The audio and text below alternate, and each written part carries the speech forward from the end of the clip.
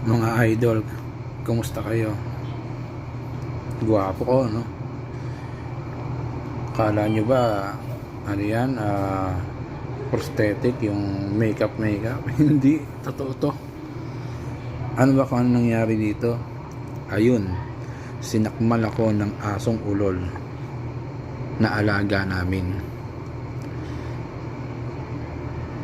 Yun, napansin ko na nung isang araw pa na parang irritable at akyat panaog, akyat baba sa hagdanan.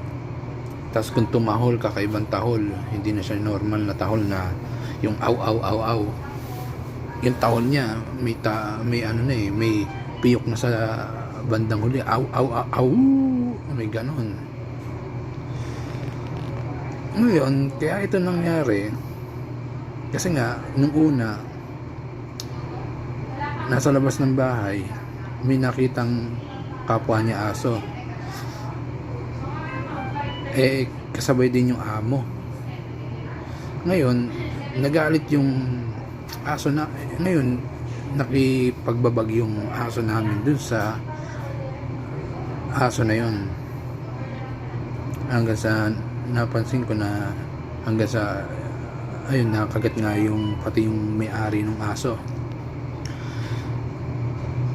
May hawak na nga akong tubo nun, palabas na ako ng bahay nung pumasok yung aso namin sa loob ng bahay. Tuloy-tuloy pa rin siya sa tahol. Tahol pa rin, tahol. Aw, aw, aw, aw, aw. Wala namang siyang pwedeng tahulan. Wala namang siyang dapat tahulan kung bakit tumatahol ng ganon. At nung gabi rin, napansin din namin na yung aso namin na naglalaway. Kaya nga nung bumalik ako ng bahay kaninang tanghali, mga bandang tanghali, matapos na kaming bumili ng pagkain sa labas, diba, napansin ko na puro patak ng laway yung sahig.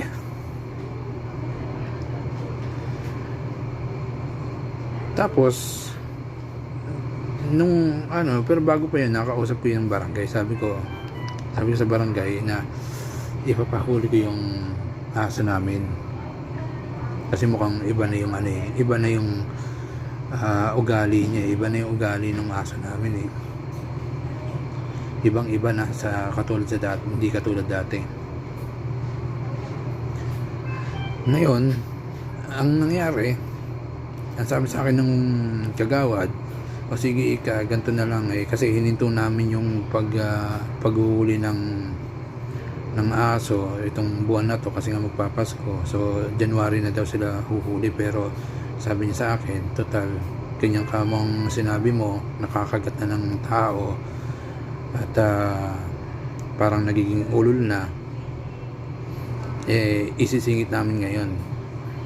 Ang gawin mo, sabi sa akin, ang gawin mo, itali mo dyan sa harap ng bahay ninyo para madaling siluin.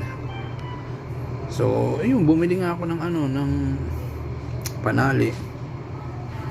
At syempre, bumili din ako ng masarap na pagkain na kakainin ng aso ko. So, nung inihanda-handa ko na yung pagkain at yung nung matapos kong ihanda yung pagkain nakakainin ng aso namin, akin namang hawak yung yung belt, yung parang belt, alam mo yun, may adjust, may pwedeng i-adjust. Ganun na nangyari. So ina-adjust ko na. Noong una, hindi ko hinahawakan yung aso namin kasi parang naiilang na ako parang ingat na ako sa sarili ko At kumbaga sobra na yung bait kong ipinapakita doon sa aso namin. Kasi parang nararamdaman ko na mananakmal na parang ewan ko, parang iba na siya talaga, parang ang hirap niya ng lapitan. Pero ginawa ko pa rin lapitan kasi nga gusto kong mahuli na. So yun, ayaw niya, isinusuot ko sana, bala ko sana isuot sa paanan niya yung belt na yun, kaso ayaw niyang kasi umaalis siya, tumatakbo, aakyat sa taas, tapos bababa. Panik-panahon nga sa taas Tapos ang ginawa ko, Hindi, in-adjust ko ulit ng mas maliit na adjust. Bala ko sana ilagay sa leeg. Ngayon tinawag ko ulit yung aso namin. Lumalapit naman. Ang ginawa ko, nung lumapit, nakatingala sa akin, lumapit, pinalibot ko na sa leeg niya yung belt. Aba, nung pagpalibot ko ng belt, ayun, tumalon siya. Ako nakayuko nun, tumalon siya at kinagat niya yung mukha ko. Ito, ako naman biglang napaurong na ganun, kaya yung ngipin niya kumaskas dito. Ayan, wow ang nangyari. Ang hapdi, grabe. Kanina sisirit ang ano nito eh, sumisirit yung dugo nito eh. Kala ko nga mawawala na ako ng dugo eh. So tinurukan ako ng anti-rabies, anti-tetanus. Ganun pala yung sintomas ng asong nagkaka-rabies. Kasi alam mo, nung una, itong aso namin, nalalaro-laro ko pa yung ilong eh. Napipiga-piga ko pa yung ilong eh. Yung ilong niya eh, na hindi siya umaangal.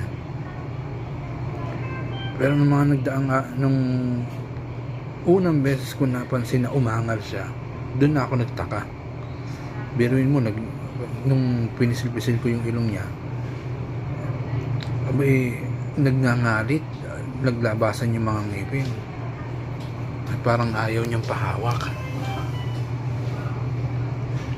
So, hinintay ko muna yung mga isang oras. Tinapik-tapik ko naman yung kanyang hita. Ganon din, grabe. Nagngangalit. Sabi ko, mukhang may kakaiba dito sa asong to ah. Sa loob-loob kong ganun. Ngayong kinabukasan, ayun na, napansin ko na may halusinasyon na nangyayari. Ano yung meron siyang nakikita na hindi mo nakikita. Meron siyang kinakagat, pero wala ka namang nakikita kinakagat. Minsan nag-aharot pa. So hindi ko na siya nilapitan nun kasi parang may kakaiba. Hanggang sa magbago na yung takol niya. Hanggang sa napansin ko naglalaway na siya. Tapos irritable na lagi siya tumatapat sa electric fan. Parang init na init.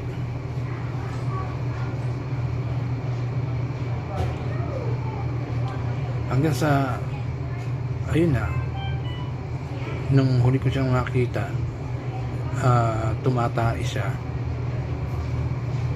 Habang nilalabas niya yung tayo niya, tumatahol siya ng tahol na kakaiba. Nakakatakot na tahol.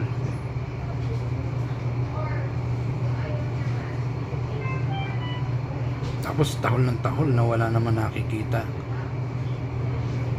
na wala naman dapat tahulan. Hapdi, grabe ah. Kita niyo yan. Oh shit, bukang buka. Mamaya tatahiin to.